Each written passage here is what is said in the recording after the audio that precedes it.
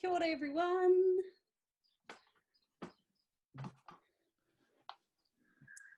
Oh man, there's some lovely faces coming in. Hey CD. Hey Shane. Hey Phil. John. Jakob. Jenny. Whoa, Jenny, that background. That is awesome. Your Friday partying has started early. Yes. I wish this is what my home office really looked like. But vision is everything, Jenny. I'm sure if anyone, you can make that happen. Exactly. It brings me some joy. Yes. Awesome. Kia ora, Paul, Jill, John, Tony. Awesome. Owen. All right. We are, I'm going to hand over the doorkeeping roles to Doug and Pete to just let people in as we go. And I'm going to kick us off straight away. We're going to get into this. Fridays are a very precious time for everyone, so we want to make sure we fully value the time and get straight into it. People will be entering in as they come. Just a reminder, if you can make sure that your mic is muted, that would be awesome, just in case anything happens in the background at your house or your workplace. It just means that we can keep, because we're expecting a few people to turn up today, which is incredible and awesome. So kia ora and welcome. Really quickly to run through in terms of the Agile HR community and Agile HR Aotearoa, which has recently been acronymed to ARA, which was quite nice. Someone said that to me the other day. So just to give you an idea, the thinking around Agile HR Aotearoa is that from my perspective, Agile is more than just a shift in process, tools and mindsets. It's all about the people. And for HR professionals, and I know we've got a number of coaches and leaders that are joining us today, I believe we have an increasingly important role to play in supporting the agility of people in the organisations and developing our new ways of working. So this group is designed to look at where are we at now, where do we need to be in the future, and how can we inspire and support new ways of thinking in business. So that's the purpose of the group. From a working agreement standpoint, there's sort of three things that we like to share in these sessions, which is safety.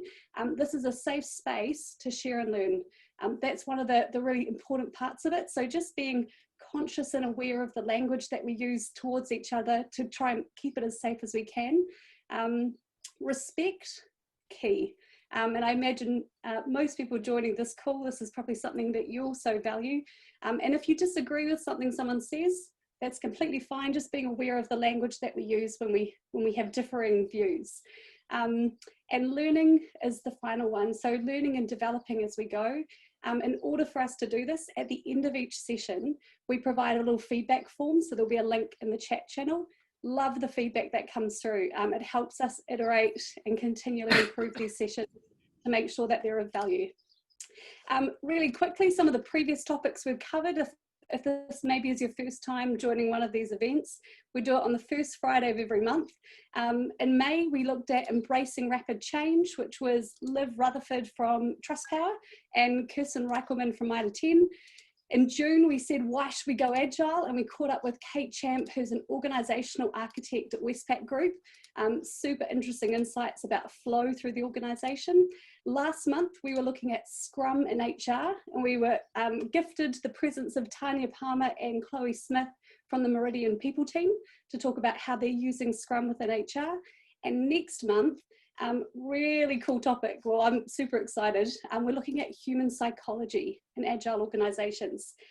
So that will be happening on the first Friday of next month. Logistically, as I mentioned, if we can just make sure that our microphones are muted. The one time, if you would like to unmute, is if from a safety standpoint, if you notice anything happening in the group, especially around anything to do with Zoom bombing, you have permission to turn on your mic and let us know.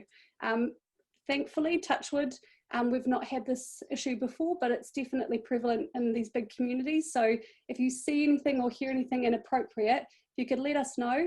If it is appropriate, we'll end the call immediately, just to make sure that no one's exposed to anything not very nice. Finally, Menti. menti.com is a tool we're going to play with. I was inspired by Shane Hastie's talk a couple of weeks ago with the Assurity group to use Menti.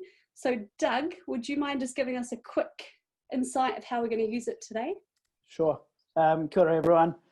So there'll be 3 speaking sessions, and at the end of each one, because actually the group is so large, we thought rather than breaking out into small groups, we'd just share via an online tool called Mentimeter. And so what we'll do is in the chat, I'll kind of share the link, and it'll say, go to menti.com and enter this code, and then you can give your feedback via that. A couple of things with that, it is anonymous. So we just ask that in what you share, please don't identify people or things like that, because the other point is, what's good about Mentimeter is that it produces a PDF at the end that we can actually share with all the people that participated. So they, don't disclose anything that you wouldn't want people to see. And also in line with Cheryl's talking about being respectful, I have got a profanity filter on Mentimeter. So if you want to say anything that's profane, you best use a language other than English. But otherwise, I think that's all the points that we need to cover off on Menti. So that'll be for 3 minutes at the end of each of the speaking slots. Cheers. Kia ora. Thanks, Doug. And as we actually begin to open up our community outside of New Zealand, we might need to be aware of different people being aware how to speak different languages. Awesome. Kia ora again, kia ora and welcome in. One of the things we thought just be quite interesting to see in terms of people's geolocation today is I'm going to kick off a poll, which is sitting within Zoom. Depending on the type of device you're on and the version of your of Zoom, you may or may not be able to interact with this, but just to get an idea of where are you dialing in from today. So we've got a few different, I had to group these regions more than I would have liked to, because there's only 10 options you're allowed in a Zoom poll. Learned that today. So Northland, Auckland, Waikato Bay of Plenty, Gisborne, Taranaki, Manawatu, Whanganui, Wellington, down into the South Island, we've got Tasman, Nelson and Marlborough grouped together, West Coast, Otago and Southland, or outside of Aotearoa. So if you have a moment to just pop in where you are dialing in from, just interesting to see where everyone's sort of coming from. Looks like at the moment, Wellington has overtaken Auckland, 44% of our community. Got a few from Waikato, Gisborne, Taranaki, one from the West Coast in Canterbury. Got 3 people dialing in from outside of Aotearoa. All right, we'll just give you a second to plug it in. Again, just gives us a little bit of insight. Oh, yep, we'll end the poll there. And I believe I can share the results. There you go. You can see where everyone is dialing in from today. So wherever you are, kia ora and welcome in. This is certainly one of the cool things about doing these events online. While we don't get to see each other in person, we can open this to a wider group. So wherever you are today, I want to offer you an opportunity before we kick into the topic. For anyone that joins these sessions or knows how I like to roll, I always like to take a moment to pause before getting into any type of learning. So before we start today, just giving you an opportunity, if you desire, to just take a moment to take a couple of big breaths. Quite often I find in my day that I can go through the day without noticing that I haven't actually observed or taken any really big breaths into my body, and my body might be desiring a little more oxygen than I'm giving it. So just giving you a chance to take a moment to pause, take a few breaths. And if it feels comfortable and you haven't got anything too close around you, feel free to just move your body a little bit and just have a little stretch, whether it's over your head, if that feels comfortable. If you've been on a computer all day, this is just one of the most kindest things you can do for your hands, is flip your fingers the opposite way. And your shoulders, same again. Amar, can you just keep your hands on the steering wheel at all times there? That would be unprecedented to have a car accident in the background. Oh man. Yeah, if you can just maybe just stretch your neck or something, Amar. Goodness, that is hilarious. I just saw that. All right, so really important for us to be able to hold space. We're about to share with you some concepts, some ideas, some opportunities that we believe exist. And sometimes before we get into that, it can be quite nice to pause everything else that's going on around us and be able to give our attention in. So gifting you the power of pause. Kicking into the topic now.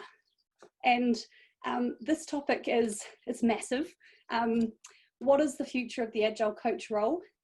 And I know there's many different perspectives coming in from this today.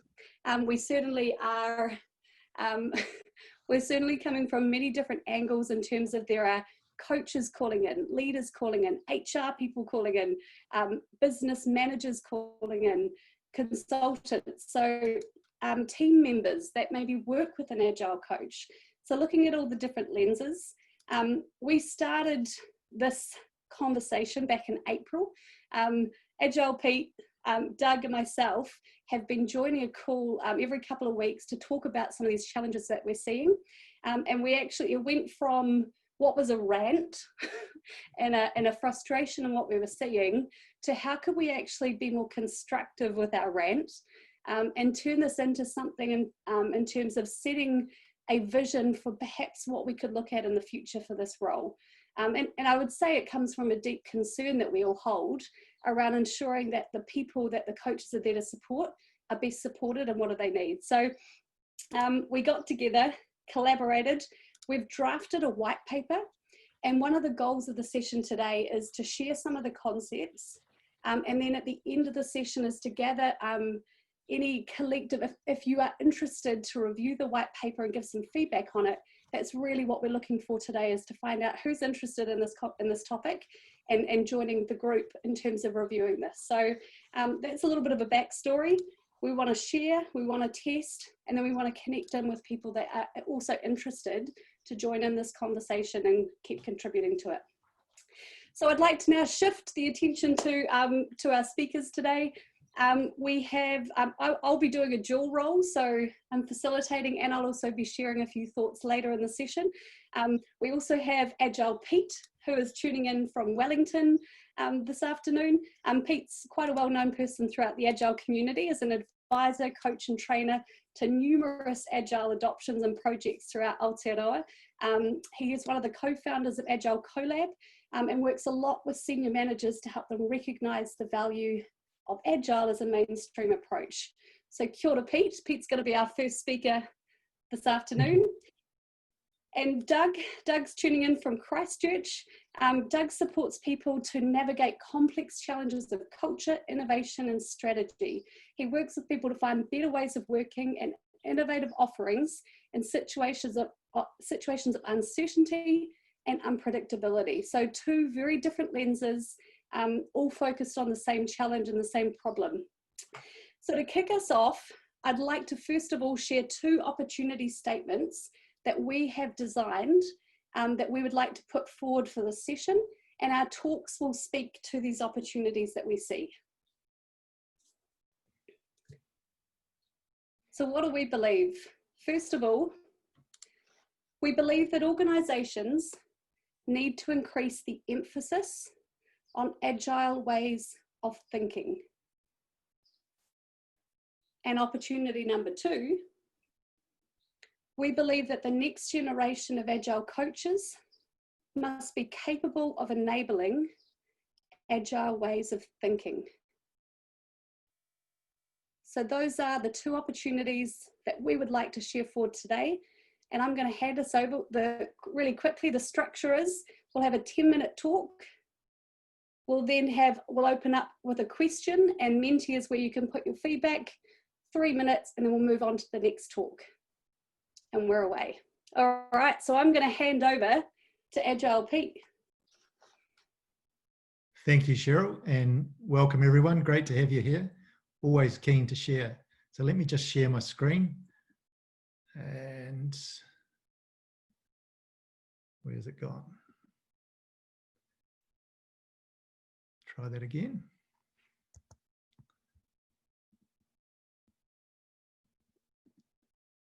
It always works better when you're practicing, doesn't it? There we are. And share. And we'll just chuck it in. Now, for people that know me, you'll know I very seldom use PowerPoint. We run 2 days of training with no PowerPoint at all. So I've got a couple of slides here just to prompt.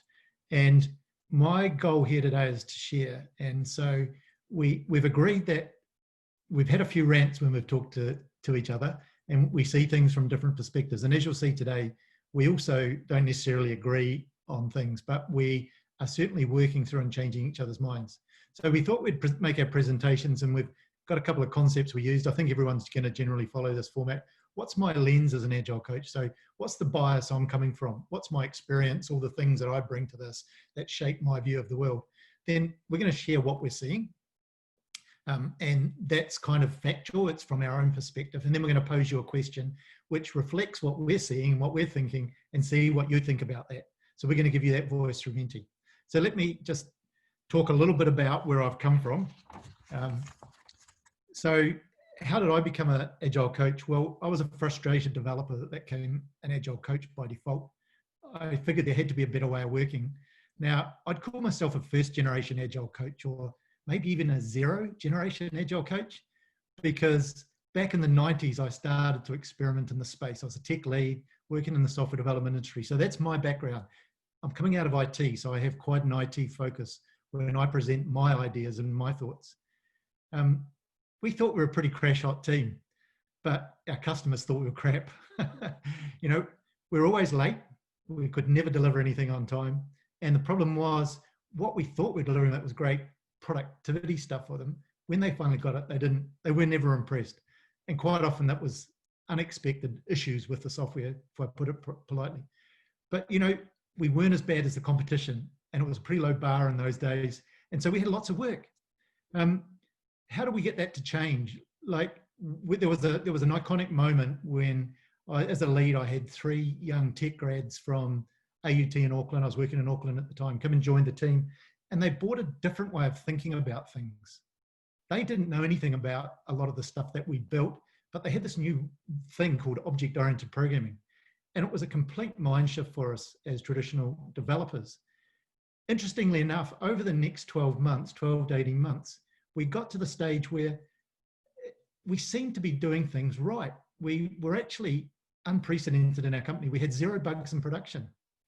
We were able to break things down to small chunks so we could understand it. We were changing code behind the scenes and not breaking things. I think that's called refactoring today. And most importantly, we're able to deliver small chunks to our clients every month. I was going to Australia to install the stuff every month, and the customers were starting to love us. Unfortunately, we couldn't explain. We were the only team in the group that embraced this, and we couldn't explain what we were doing. We didn't have a way of actually getting people to believe us. We thought, even internally, we thought, are we just being lucky here? And then unfortunately, our experiment got cut short. Even though we were successful, CMMI came along, and there was a leadership direction to actually embrace this framework because they were growing and they needed the stamp of approval, this kind of stamp. Now, that was my first lesson in vulnerability. New and innovative ideas are really vulnerable if the team hasn't first built trust and understanding with senior leaders.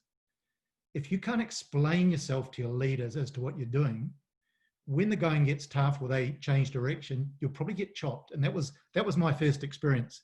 So I wasn't to be deferred though. I sort of went into the wilderness for a little bit, and I've just got a couple of prompts here. It took me a little while, but I started a lifelong journey basically, and I was looking for like-minded people to help me articulate what we're doing. And I find myself here again, 20 years later, with this lovely group. So the like-minded people I was looking for actually turned out to be inventors of a number of frameworks. I'm just going to show you a slide here. If I can get the old slide deck to work. I've got a poll going here in front of me at the moment. How do I get rid of that? Oh, there we go. Let's go back. So I discovered Agile frameworks. Now, Doug and I have some good conversations on this, and I have some good conversations. the way I classify a first generation coach, we kind of grew up on these frameworks. They were a way of getting ourselves initial credibility when we got in the door. Now, the frameworks themselves, these are examples. There's a timeline in reds, what that particular framework is quite good at. And in the black on the right there is an aspect of it that distinguishes it from other frameworks. None are better than others.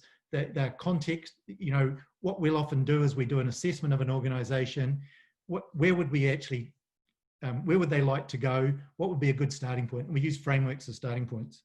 Now, the frameworks in general, there's one truth. They're not a silver bullet. And so if you look for silver bullets, then you're going to be disappointed. But they do encourage people to collaborate. So I've got a couple of points here. The frameworks that I come across generally provide degrees of guidance on approach, values, and principles. Unfortunately, first generation coaches have often become waylaid with ways of working, with the practices, the guidance on the practices, even though most of these frameworks actually have solid values and principles behind them, we forget about them. One of the other characteristics that I've seen is that there's a focus on breaking down silos between people and getting people to collaborate. And there's a focus on small teams. Now, these frameworks are great, but I don't think they scale. And one of the challenges I've got is with the modern frameworks or modern scaling frameworks that are coming out, is they're building on the team concept. And the sports metaphor is a great metaphor for working with these frameworks that I've listed up there. But does it actually work? Sports teams are quite small. They're quite focused. They're a win-lose. It's a zero-sum game. What we're doing isn't a zero-sum game. And I think we've got to start focusing on being able to mobilize masses of people to embrace the future. So my question for you, let me have a look here. Just go to the next. Oh. To achieve organization agility, what I'm seeing in the frameworks, and remember, I see them as just as a mechanism for actually starting to progress things, is we're trying to take the team focus that we've used successfully over the last 20 years and move and scale that to organizations. And you'll be aware of the big frameworks that I'm talking about. I think, and this is my thing I'm exploring at the moment, I think we have to go back a step. We actually have to value the personal contribution more and focus on personal agility if we're going to be able to create massive or mobilize massive groups of people in ways that are going to have major impacts on the world. And so my thing about reaching organizational agility is, as coaches, we have to start focusing on personal agility. And the thing I like about what I'm calling second generation coaches, they bring a lot of that with them. But I think sometimes they forget about some of the practical stuff that goes with the frameworks. So my question to you, as we look to scale across our business, and this is the whole popular business agility side of things, is the team focus of the current agile scaling frameworks, and it's worked well to date for our smaller teams and our smaller scaling frameworks. I think it's taking our thinking in the wrong direction. So we're going to put this poll up. Is it a poll, Doug? No, it's a... Yeah, I'll switch on. If you stop sharing, I'll then switch into Mentimeter and you guys will be able to see the instructions. And the question will be in Mentimeter, will it? It will, but I think someone can put it in chat as well.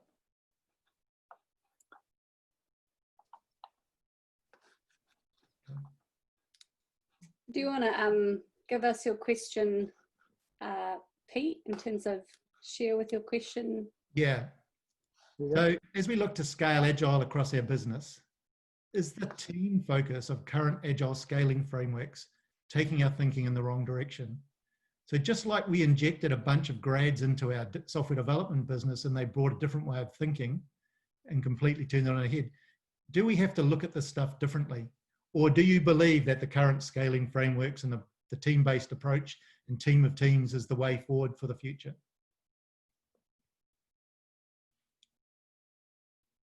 Cool. So assume everyone can see Menti on screen. So if you go to menti.com, use the code 581190, and we'll start to see your responses going to turn up on the screen, and we've got a 3-minute time box. And hopefully, Pete, you can see the comments that are coming up there as well. Yep, so not sure all the necessary I expect. Look, I'll just comment if I can add some value, because everyone can read. Yeah, I agree. Teams, as we think about them now, are they the answer?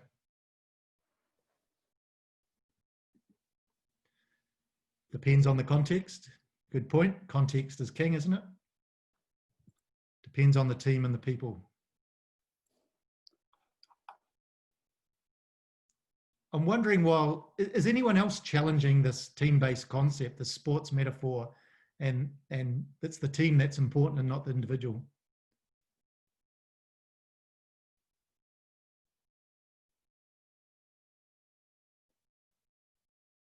Yep, no one size fits all. There isn't much evidence either way. Good point. What's the definition of a team? So when I'm talking about a team, I'd perhaps use the Scrum definition, 6 plus or minus 3, sort of a couple of pizzas. Safe practitioner, I don't actually see much of a team focus and scaling frameworks. Oh, interesting. There isn't much yet. You still need good teams, cogs. You can't get the cog machine working well. Without an agile mindset, you won't be able to have an agile team. Don't know. Think descaling needs thought. Think teams are important. Synergy, not necessarily stable teams. Yeah, that's a good point as well.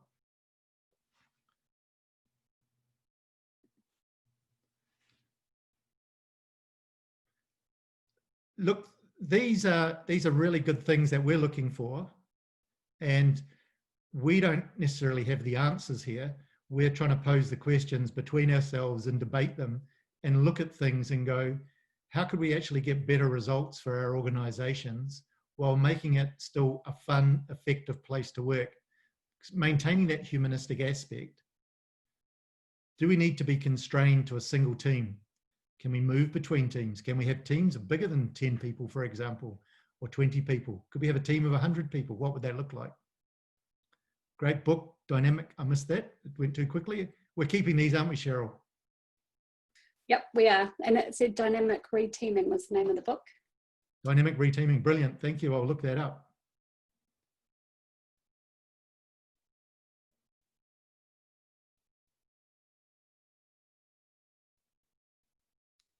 Some brilliant things coming through here. This is thank you. And again, recognize that while there might be a desire to interact and jam on all these topics, the purpose of today is to capture some of this feedback and then figure out who would like to continue the conversation. And we'll look at ways in which we can actually engage a bit more dialogue with people that really have some strong thoughts and ideas to contribute in. Good one there. I'm not sure this is the right question. Yes, that's another good perspective. You'll see 3 different questions today. So great thing to pick up on.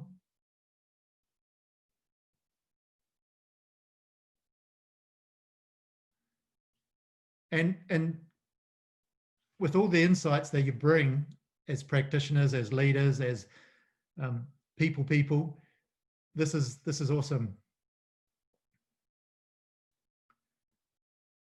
It looks like while those keep coming in, we might need to switch into our next speaker. Kia ora, Pete. Thank you very much. I recognise this is a huge topic, and squeezing this into 10 minutes of sharing and 3 minutes of feedback is tight.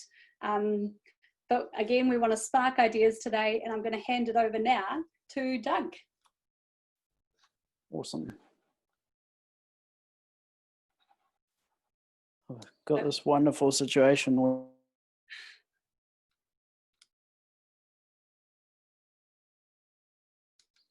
Doug's also our technical lead on this today.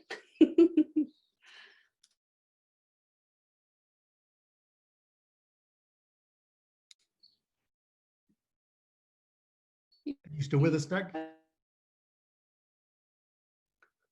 See, the really pensive in thought.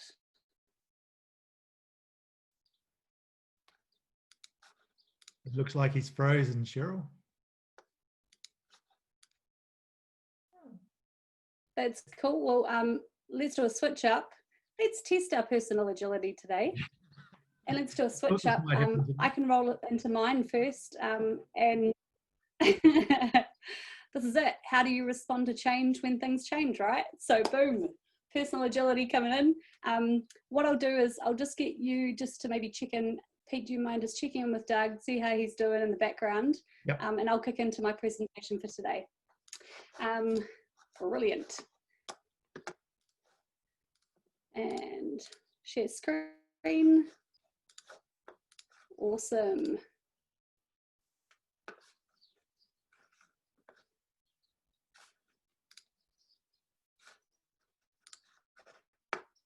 Present. There we go. Can everybody see? It's loading. This is just giving you extra time to process that great question that Agile Pete presented to us. All right, can you see what's my lens that's showing? Awesome, brilliant. So again, we thought we would start with the concept of what is my lens rather than who am I.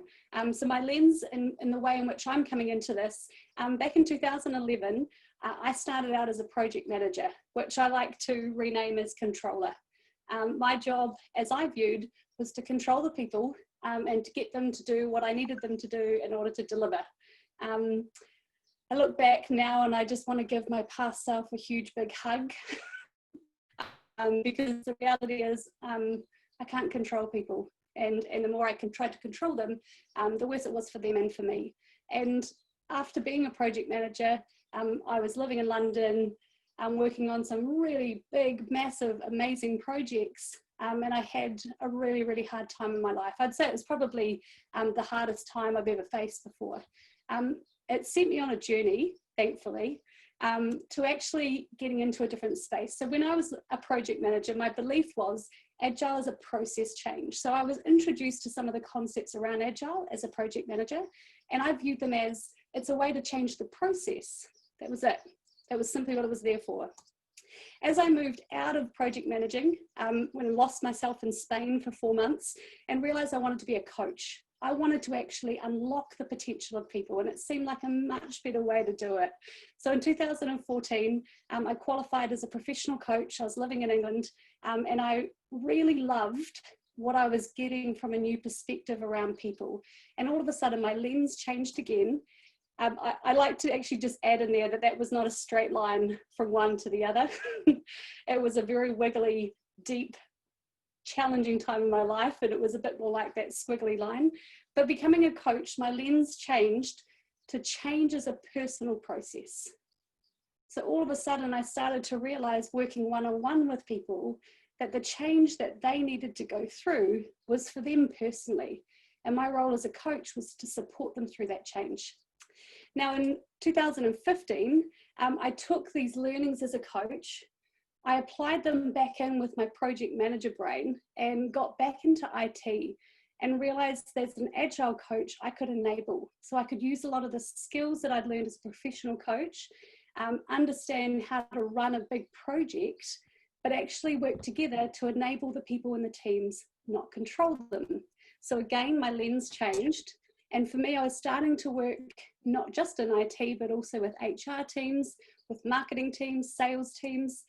And it became Agile as a cultural change. This was my realization as I moved out of just IT and worked with all of these different teams, that actually we were trying to change the culture of how we work together. So when we talk about our ways of working, we are changing the culture that exists within the organization. So that was the lens as an Agile coach 5 years ago. In the last 2 years, I've moved through a space of coaching teams and individuals and leaders to actually recognizing that part of this is around the learning and understanding how this stuff really works, so people can take that information and apply it in a way that works for them. So I now refer to myself more as an Agile educator, because if I can educate people on how this stuff works, both the frameworks and the people side of it, and bring them together, I can actually help develop people as opposed to control them, as opposed to just enable them. I can actually allow them to grow if I can teach them these things. So again, I would say coach of coaches is one of the roles that I've done. Working in the Agile HR space, a huge part of the work I do in Agile HR is education. What are these frameworks? How are our people working? And in more recent times, I've been working a lot around the personal agility factor, which Pete mentioned earlier as well. So actually helping people not just be great, because that was what I did as a professional coach, but actually help them learn the models and the techniques that they could own to be great themselves. And I'll add on that as well, there's a big squiggly line between being a coach and becoming an educator or a teacher. For me, that was quite a journey that took a lot of lessons along the way as well. So as an Agile educator, my lens changed once again, and I realized Agile is a personal change. And these were the different lenses that I've gone through over the last 9 years. This is my lens that I see it. I recognize so many different people that are listening into today's call come from really different experiences and ideas. From what I can see and from what I've learned over those 9 years, that this personal change, when we're asking for change in ways of working, at the core of our behavior is how we think, it's what we believe in, it's what we value. And if those things below the surface don't change, the ways of working, our behaviors, they don't last and they don't sustain. And so one of my big learnings over the last 2 years has been, if I really want to see shifts in the ways that people work, the way they behave, then we need to do more work with the individuals on a personal level. So this was the model that Pete was showing before. So obviously organizational agility, I know there's a number of coaches listening into this call. I've seen your faces that are working on the organizational level side. You know, how do all of the teams and the teams interact together? How do we remove silos and start to develop value streams? We're looking at the whole system. Team agility, obviously that's around our team coach and our scrum master role and those that are really great at working on dynamics between individuals within a team. But this personal agility part of it, in my mind, is at the core of the other two. And I have a belief that you cannot achieve organizational agility if the people within it do not have personal agility. Again, this has been a belief I've developed through many frustrating scenarios as a coach, as an Agile coach, where we are trying to change the system, the structures, the frameworks, but the people within it, how they respond to change is actually getting in the way of all the great things we're trying to achieve at scale. And a lot of people will say, well, what is personal agility? And my belief is it's around how we respond to change. So if you are a leader or a key person in a team or an organization trying to go agile, if your personal way of responding to change is quite reactive and rigid and you're not interested in yourself and how you respond to change, it will be a challenge to do this on a scaling level. So first belief, I believe you cannot achieve organizational agility if the people within it do not have personal agility. And I believe our coaches are being asked to focus on this organizational agility. I see a number of programs that people are completing and achieving, getting certified in and how to do this stuff, but they're not being provided the tools or the knowledge of how to develop personal agility. And I know we have a few coaches in our community here in Aotearoa that are certified coaches in terms of they've done a professional coaching certification, and I believe they have some of the great insights. I know there are some great people working in HR that have studied psychology and understanding how people work. But I believe majority of our Agile coaches have not yet been gifted the tools and the knowledge of how to actually develop it on a personal level. So to summarize my rant or talk, however you view it, I just wanted to also share this up as well. For those of you that are are fans of Lisa Adkins, who is one of my favorite coaches, a brilliant human. Obviously, this was created a number of years ago, this model around the Agile Coaching Competency Framework. And what I find interesting in this is that when we talk about personal agility and understanding how people change, how we adapt people to change, there is very little in here around that.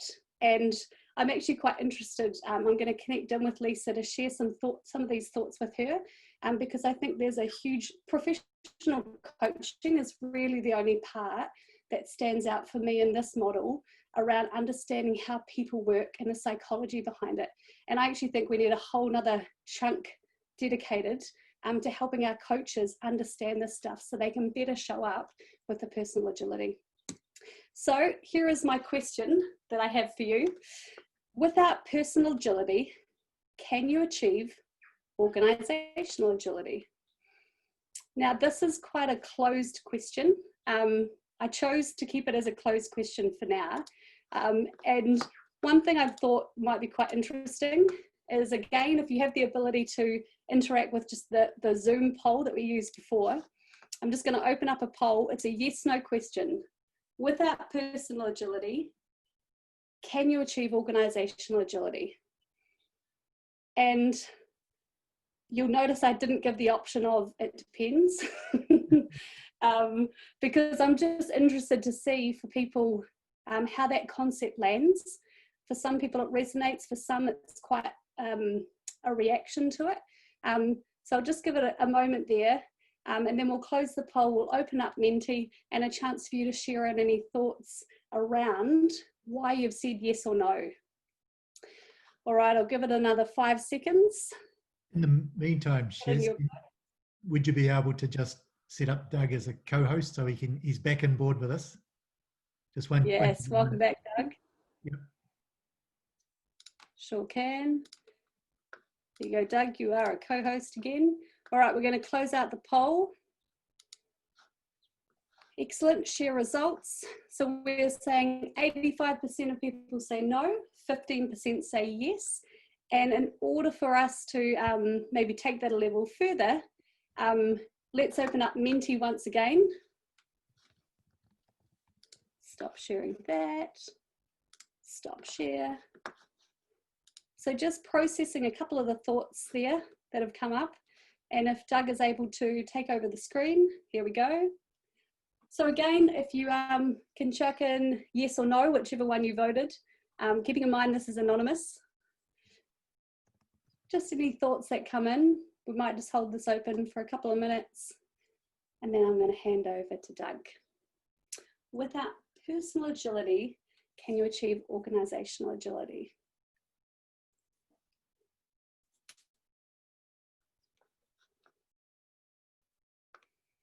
It's my experience that everyone is on a different journey to personal agility. Absolutely. Some take longer than others, and some need the time to decide that it isn't for them.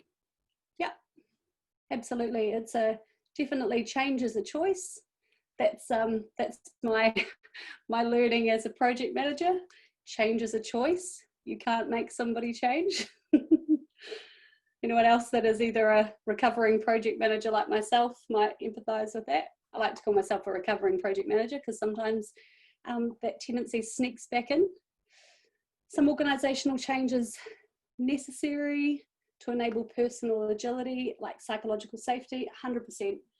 Psychological safety was a huge part of our talk 2 months ago with Kate Champ at Westpac. The environment we need in order for personal agility to be able to be enabled in an organization is a huge part of that. And our leaders and our HR teams have a huge role of how they can help support that. And last of all, maybe I'll grab one more comment. Oh, I'm loving all of these. I'm going to go through all these afterwards and probably sit and contemplate each of them. In my experience, organizations use maturity models to skew this to a yes, but I think this is shallow and not true. Building personal agility will enable people to choose their level of change and teams to change, and then organizations. Totally. Oh, don't even get me started on maturity models. How mature is your personal agility? That's that scares me, the thought that we might hold people against each other as to how mature they are on their agility. Awesome. Feel free to keep putting these in. As I mentioned, we're going to hold on to all of these. All of these will be shared back with the community as well. But I'm going to be respectful of time. And now that we've got Doug back in our midst, Doug, can I hand over to you? Yeah, let's just make sure my computer doesn't lose its mind again. Awesome. Thanks for demonstrating some personal agility. I'd love to say that I had deliberately did that, but I did not. So I have taken a leaf out of your book, Cheryl, and I have taken a few deep breaths, and here we are. So thanks everyone, and I will got a kind of a PowerPoint that I'll go through. Cool. All right. So I've kind of had an interesting lens and journey with Agile. And so my lens and my context is really supporting Agile practices with a deeper understanding of intrinsic motivation and of navigating complexity.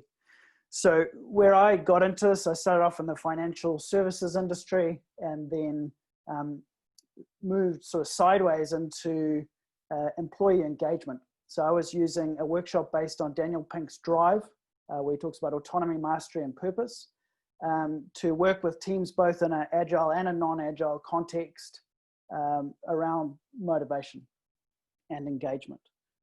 That's based on the self-determination theory, which is really interesting for people to explore. As we were kind of going through that with teams, it became really clear that there wasn't some kind of linear process that we just had to put them in after we had shared this knowledge. And that actually we needed to think differently about how change for the better occurs in organizations and actually the nature of organizations. And we'll kind of touch on that in a minute. But where this work has taken me, worked with various organizations in terms of supporting agile practices. A couple of years ago, I had some time in at Westpac in Auckland and Wellington, where we looked quite deeply at intrinsic motivation. There were some training sessions, and we ran a survey around that and did some workshops off the back of that. And then more recently, I teamed up with Agile consultancy down in Christchurch, where I'm based, called 00 Consultants, and they were in at Spark. And so I spent 6 months there working with some wonderful Agile coaches in that group. And that was a real privilege. And I found that working in a space where Agile ways of working had already been in place for a while was just so much easier to kind of bring this level of thinking to that. I've also worked with SoftEd in Wellington around their Agile talent course. And that again was kind of pivoted on some of these principles of organizations being complex systems. So in terms of one of the big learnings, certainly from Spark, was, in summary, kind of eat your own dog food or drink your own champagne for those that retch at the dog food analogy. But it's really this idea that actually, if I cannot, even as a consultant going in, but certainly as someone in the organization, if I cannot actually demonstrate the kind of the ways of thinking that I'm asking people to adopt, or even the practices that I'm asking people to adopt, then it's going to be really hard to make an impact and be effective. So while I have seen some really awesome things in the Agile world, I'll kind of focus on kind of one of the areas that has come up to me. And that's that Agile coaches are seen as cogs in the machine, not agents in an ecosystem. And I think this is a problem more broadly than just Agile coaches. I think for too long, there's been a metaphor around organizations as machines, where what we need to do is just get the parts. And if we assemble them correctly, this thing will go effectively. Whereas actually what's true is that organizations are a group of people, and they're interacting with each other and with things. And actually a lot of those interactions are not visible, and many are, but actually there's so much going on that we can't see. And so within that is some inherent unpredictability and uncertainty. where I think this leads is, one, we're trying to scale Agile with an industrial way of thinking. Okay, so if we just add more parts together, we're going to get organizational agility. People's roles are suddenly flipped to Agile Coach. Okay, so it's like, okay, well, if we just change that name, if we just change the part, we'll get a better result. And as a result, I think maybe some people on this call will have experienced this. Actually, a lot of people have moved away from the term Agile Coach because they feel it's hard to see sort of the value, where the value lies. Okay, and so we're seeing different organizations that effectively it's the same kind of role, but they're calling it different things. And then career paths for Agile coaches are hard to define. And I'd probably take a slightly different look at this, not that, oh, we need to define the path, but actually this whole idea that a career path can be defined and that actually you can have these step-by-step things that I'm working towards. I'm going to work my way up the Agile ladder, if you like. When actually, if we're going to see this as agents in an ecosystem, what the future holds is actually going to be emergent, right? So it's going to emerge what our career looks like. And that might be a different role title, but I think that's something interesting to consider. The final piece here is smaller organizations are outsourcing the Agile coaching role. And that's not a bad thing. I think that makes sense in terms of cost. The problem can arise when the organizational leadership say, hey, we're going to pay you a whole bunch of money and can you come and like make us Agile? Because that would be cool. And one of our board members went on some conference where everyone was talking about being Agile. So we need to do that now. Can you just do that for us? Okay. And actually, once again, it's just treating it as this machine where if we just bring in a part to kind of fix the problem, it'll be fine. When actually there's so many connections in the system of the organization that we need to be aware of and we need to start thinking through. Cool. So where I move from here, sort of saying, okay, well, so what does the future hold? And I think what's important to mention here is that there's kind of no one path, right? I think everyone would agree with that. But there can be a coherent direction, okay, which means there can be a direction based on, say, the Agile principles and Agile values that makes sense. And so there will be certain things that happen that will actually go against that, and there'll be certain things that will go with the grain of that direction. And I think if we see, we could see contextually inappropriate scaling of Agile, okay, where we're kind of sticking to these pre-designed frameworks. All right, so Pete was talking about frameworks being a starting point. And that's absolutely true. The problem is when we say, well, those guys over there did it like this, so we have to do it, we have to keep doing it like this. And we're not taking into account like all the contextually different things that are going on. The other piece though is where this could go. Sorry, in terms of this kind of large scale change, there's also, I've seen a lot of organizations, these kind of pockets of Agile, right? And once again, there's no kind of coherent direction. And so both can be problematic. Whereas if we get this idea of like, what's a focused evolution where actually the Agile coaches become the enablers, right? So they're the people that keep us accountable as well as the leadership towards this direction of greater agility. And so that's a kind of a different way of thinking about the organization as an evolutionary ecosystem. And then finally, I think like we need to say it, COVID's kind of awoken us to the fact that uncertainty and unpredictability is around us. So you would have been to many conferences where we're talking about volatility and uncertainty and all that kind of thing. The reality is that's kind of hit us in the face now. And some will take that opportunity to shift their thinking and to work with that, and others will not and will keep wanting to go back to these frameworks or these things that promise certainty, but actually that's not a promise that people can make. So in terms of my hypothesis, kind of thinking, Like, I believe that if we emphasize appropriate ways of thinking for complex environments, to actually acknowledge that our organizations are complex, not sort of complicated machines. And this is borrowing from Dave Snowden's Cynefin framework. Agile coaches will become more dynamic and effective in their ability to positively influence organization-wide agility. Now, some of you won't have kind of agile ways of working in your organization, and I think the same kind of thinking is actually really useful for when you start that journey. And so what I'm hoping is that by thinking differently, agile coaches can enable contextually appropriate ways of working, where we're not sticking rigidly to a framework. We're kind of able to evolve over time. So my question to you is how do or could you see agile coaches supporting organization-wide agility in your organization? Or if you're a kind of an external, like a consultant or someone like that, think of the organizations that you're working in. So that's the question. I'll put that up on Menti now. Give me a second while I kind of flick between my different things. And Doug, while you're doing that, we might need to, with this last one with Menti, is open it up.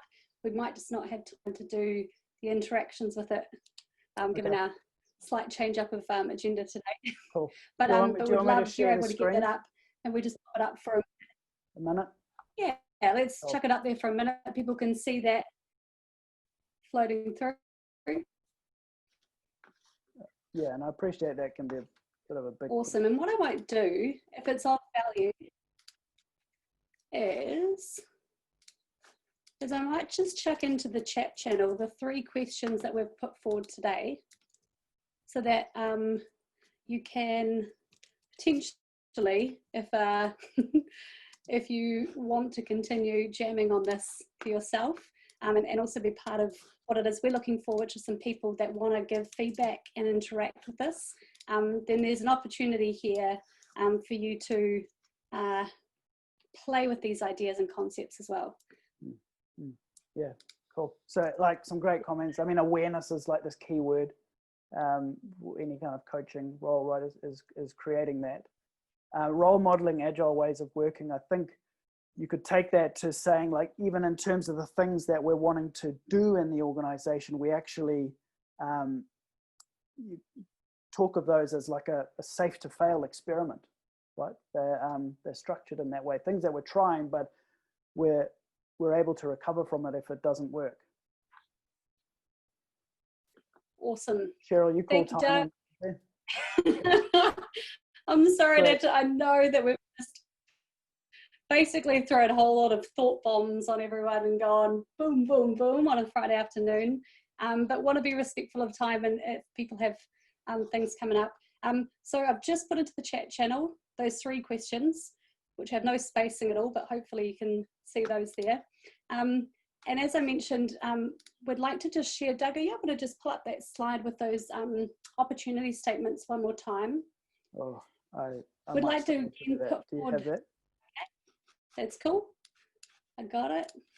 Cool.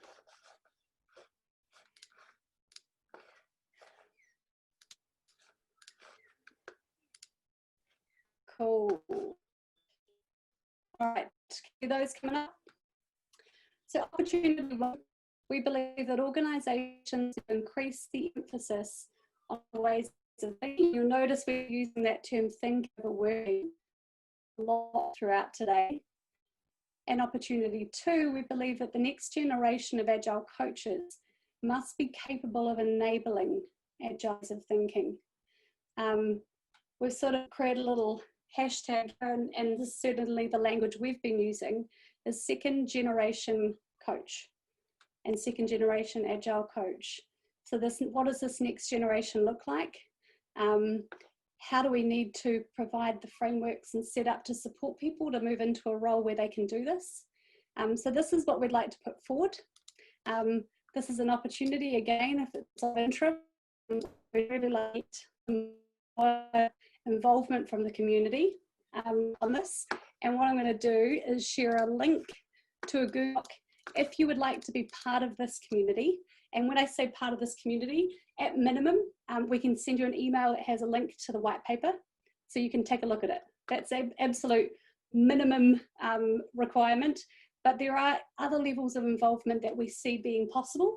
What we'd really love, one is some feedback, and two, if you have an opportunity to experiment with this in your organisation and test some of these concepts and theories with your coaches, with your leaders, with your HR teams, because obviously from an HR point of view, this is really starting to shape into some of the career pathing that we might need to enable for our coaches.